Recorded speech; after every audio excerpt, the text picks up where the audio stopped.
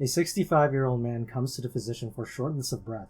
Physical examination shows an enlarged upper thorax, and auscultation finds distant breath sounds with wheezing.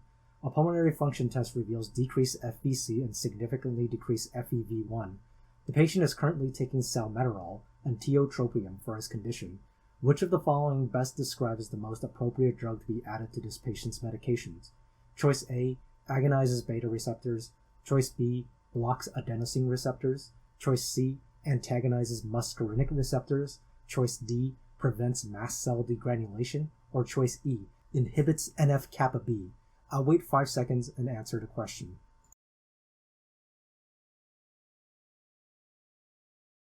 So of course this patient has COPD. You have the enlarged upper thorax, which is just me finding some obscure way to describe a barrel chest. Basically describing a phenomenon where your chest gets bigger because you chronically have your lungs overinflated for COPD, so that kind of creates this physical presentation where it looks like your chest is bigger. So the pulmonary function test here is decreased FVC with significantly decreased FEV1, which is me implying to you that the FEV1 to FVC ratio is low, which of course indicates obstructive pulmonary disease rather than restrictive pulmonary disease. Contrary to what some resources might tell you, in most restrictive lung diseases you also have a decreased FVC and FEV1, it's just the ratio is different.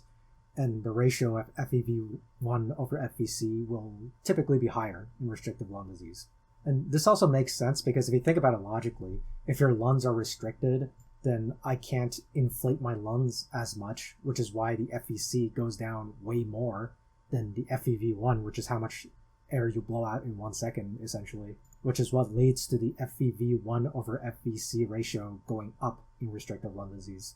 Anyway, like I said, COPD here, obstructive lung disease, and the patient is already taking salmeterol and tiotropium, which is a beta agonist and anticholinergic, respectively. Obviously, there's some other ones you should be aware of, like albuterol and ipratropium are the ones you tend to hear a lot about, but just from the suffixes alone, you can kind of tell that these are drugs of the same class. So if I'm already taking a beta agonist and an anticholinergic and I need to add something else because it's still refractory, I would add typically a corticosteroid such as budesonide or fluticasone. And of course you should know that the mechanism of a corticosteroid is that it inhibits NF-kappa B, so choice E is the correct answer. This might be a difficult question for some of you who went to memorize your COPD drugs, but then you get them mixed up in your head. I do, of course, have them as wrong answer choices here, so let's just go through them. So real quick, choice A, agonized beta receptors, and choice C, antagonized muscarinic receptors are both wrong because, like I said, and you can see that they've already been taking salmeterol and tiotropium, so it's not appropriate to add another drug of these classes. They're already taking them and it's not working, or at least not working well enough. Choice B, blocks adenosine receptors. Some of you might have picked this because you were thinking of theophylline, which is a drug used to treat refractory COPD. It's a phosphodiesterase inhibitor and an adenosine receptor blocker.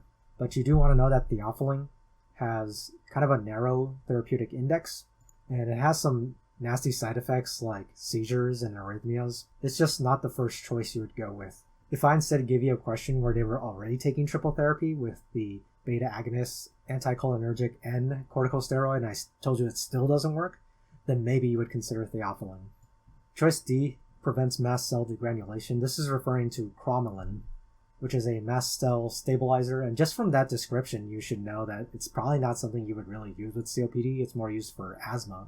And just real quick, talking about asthma, since sometimes people get that mixed up with COPD management, in asthma you also start with beta agonist, and if that doesn't work you move on to inhaled corticosteroids, and then after that you can add maybe cromolyn as a prophylactic treatment, also montelukast, which of course is a leukotriene receptor antagonist, which of course would also branch us into arachidonic acid pathway.